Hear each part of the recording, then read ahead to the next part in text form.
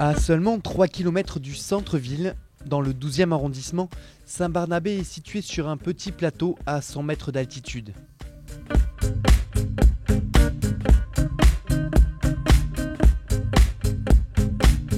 Au XVe siècle, dans ce quartier du nom de Fontpézac, Barnabé Capel, un riche notaire exerçant à Marseille, fait don d'un retable pour orner une chapelle. En reconnaissance, les habitants renomment le quartier Saint-Barnabé. Autrefois petit village agricole, Saint-Barnabé voit ses propriétés rurales se morceler petit à petit pour laisser place à des villas modestes ou parfois ambitieuses, puis à des cités plus populaires.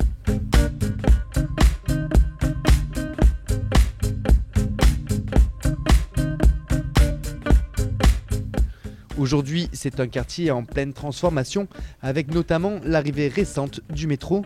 Mais plus qu'ailleurs à Marseille, le quartier Saint-Bar, comme on dit ici, a su garder son caractère propre avec sa place, son église et ses commerces.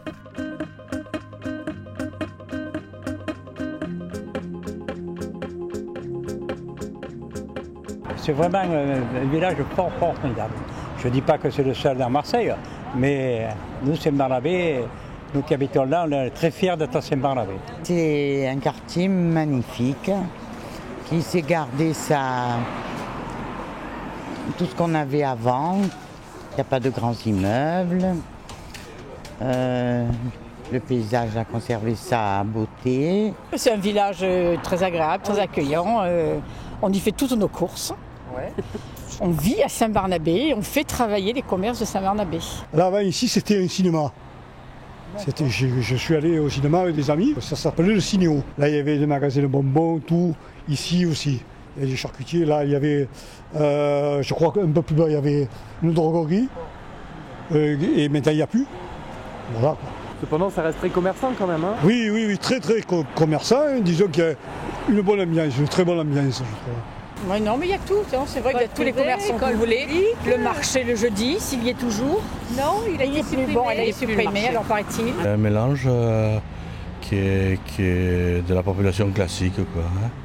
Y a pas que, c'est pas un quartier que de retraités, c'est un quartier ouvert un peu à tout le monde. C'est vrai, des bars, des tabacs, l'alimentation, il y a pour les vêtements, il y a un boulevard, là, c'est du tonnerre. On n'a pas besoin de descendre en ville. Nous, le métro, on ne se sert pas, on se sert que de Saint-Barnabé.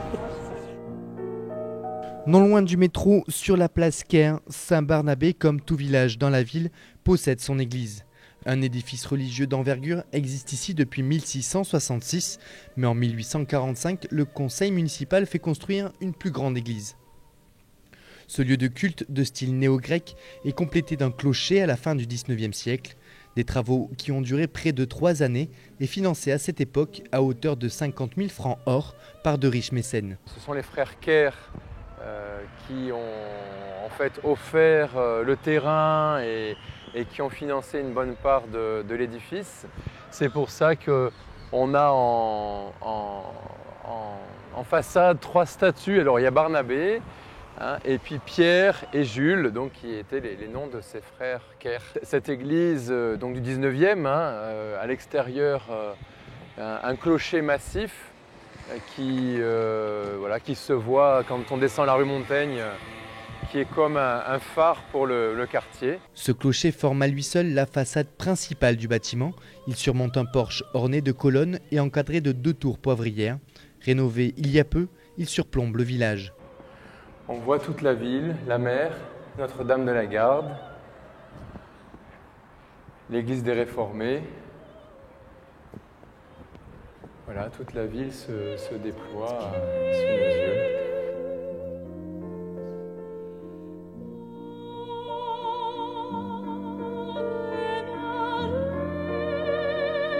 L'intérieur de l'église, elle aussi, a été rénovée il y a tout juste 1 an, remettant en valeur l'ensemble des symboles religieux.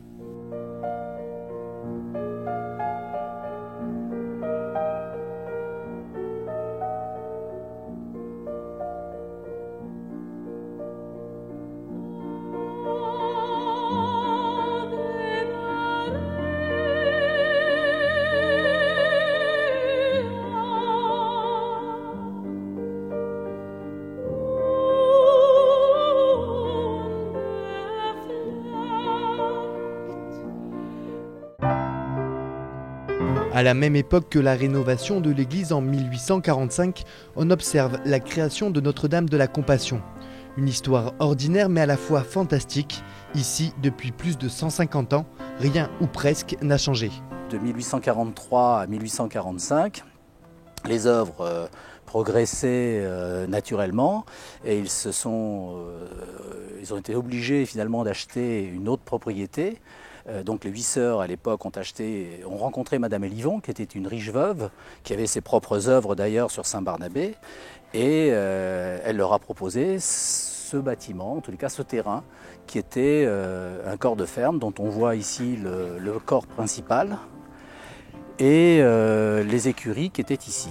Pour le reste, les bâtiments qui sont là, et on verra un peu plus loin, ont été bâtis un peu plus tard, vers 1870 à peu près. Très vite, les sœurs se sont installées ici, recevaient les orphelins, les dames âgées ou encore les jeunes filles pour parfaire leur éducation. De plus, la propriété alimentée par le canal de Marseille permettait aux sœurs de cultiver leur propre nourriture. Et puis, il y a une 50aine d'années à peu près, le premier jardin a été transformé en jardin d'agrément avec toute cette verdure et ces arbres qui ont été plantés par les sœurs, qui sont d'ailleurs encore présentes dans les bâtiments. Et elles ont gardé la deuxième partie, donc celle-ci qui va jusqu'au boulevard des Alpes, en jardin de culture, avec les vergers, avec leur culture de jardin, et elles y plantent et elles y récoltent régulièrement leurs fruits et leurs légumes. Cette année, les sœurs ont pu récolter près de 670 kg de fruits, comme des abricots, des reines claudes et des figues, qui se sont transformés en près de 3000 pots de confiture. Les sœurs de Compassion ont toujours un but, donc ces confitures qui sont vendues. Aujourd'hui, l'essentiel de l'argent, pour ne pas dire tout l'argent, est destiné à leur œuvre à Madagascar, puisqu'à Madagascar, ils ont ouvert 2 écoles pour les enfants orphelins, les enfants malheureux, dans la banlieue de la capitale de Madagascar. Et donc l'ensemble de l'argent récolté à l'occasion des ventes de ces confitures part à Madagascar pour les œuvres. Ces pots de confiture confectionnés avec les fruits du jardin sont vendus sur place pour la bonne cause et seulement pour 3 €, une occasion peut-être de faire vibrer vos papilles.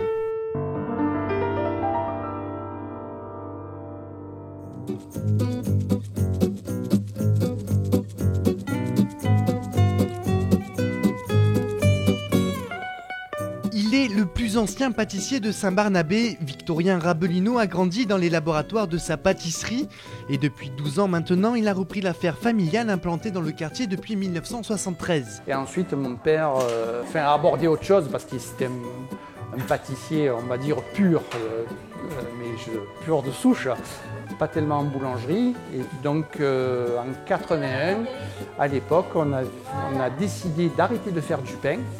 On a relooké complètement le magasin et on a fait plus que de la pâtisserie, de la chocolaterie qu'on ne faisait pas. Donc on s'est mis à faire du chocolat, des glaces. Et donc à partir de là, on va dire que le démarrage de la pâtisserie un peu haut de gamme a démarré là. Très attaché à son terroir, ce natif du quartier respecte au mieux les saisons et les traditions. Aujourd'hui, il est le seul à détenir la recette du gâteau de Saint-Barnabé.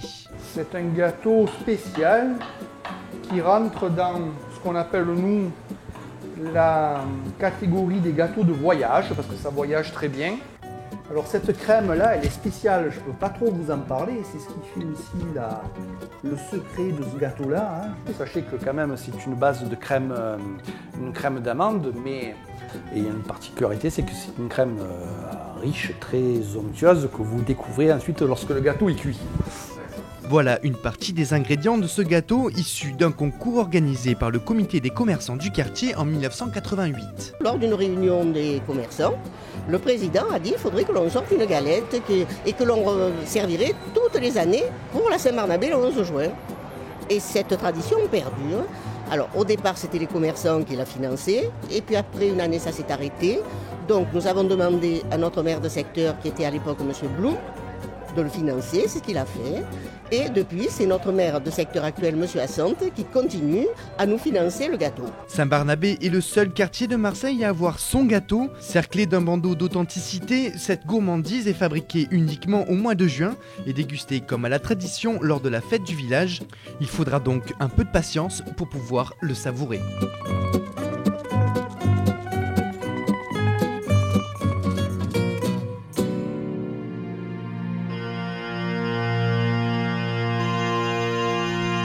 Rue du Docteur Cauvin, aux limites du quartier, cette maison accueille les futurs compagnons du devoir depuis bientôt 40 ans. On a récupéré les locaux en 1953. À la base, c'était un moulin qu'on a rénové et qu'on a agrandi également pour accueillir les jeunes au niveau de l'hébergement. Tout ça, ça a été fait de 1953 à 1965. Et donc depuis 1965, on accueille des jeunes en formation chez les compagnons à Marseille. D'utilité publique depuis 1943, l'association ouvrière des Compagnons du Devoir et du Tour de France compte 130 points de passage à travers le monde. Et chaque année, des apprentis et des jeunes en perfectionnement font étape ici ou débutent dans ce centre de formation. Tous les jeunes sont en formation en alternance. Ensuite, on leur propose de valider un premier diplôme, un CAP dans le métier. Ensuite, d'évoluer vers d'autres diplômes de niveau 4, de niveau 3, et même pour certains métiers aujourd'hui, aller jusqu'à une licence professionnelle. Et ça dans les 27 métiers qu'on propose chez les compagnons, dans les métiers du bâtiment, de l'industrie, dans les métiers du cuir et dans les métiers de bouche. Un savoir-faire qui s'apprend par le biais du voyage. Tout au long de leur tour de France, les élèves gagnent de l'expérience. Mais compagnons, c'est avoir à cœur d'apprendre son métier, de le retransmettre également aux plus jeunes et de se perfectionner tout au long de sa vie finalement. Mais avant toute chose, c'est le métier, c'est la famille, c'est tout ça aussi, c'est un état d'esprit. Et depuis plus de 500 ans, le succès des compagnons tient à la volonté de confronter les générations, les compétences et les cultures.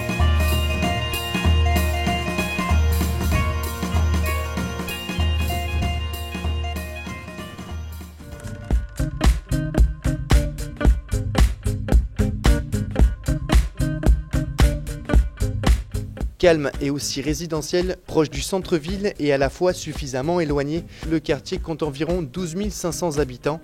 Même si un tiers de la population a plus de 60 ans, ce petit village urbain, avec ses maisonnettes du 19e siècle, ses belles bâtisses et ses maisons de ville, suscite aux Marseillais un engouement grandissant.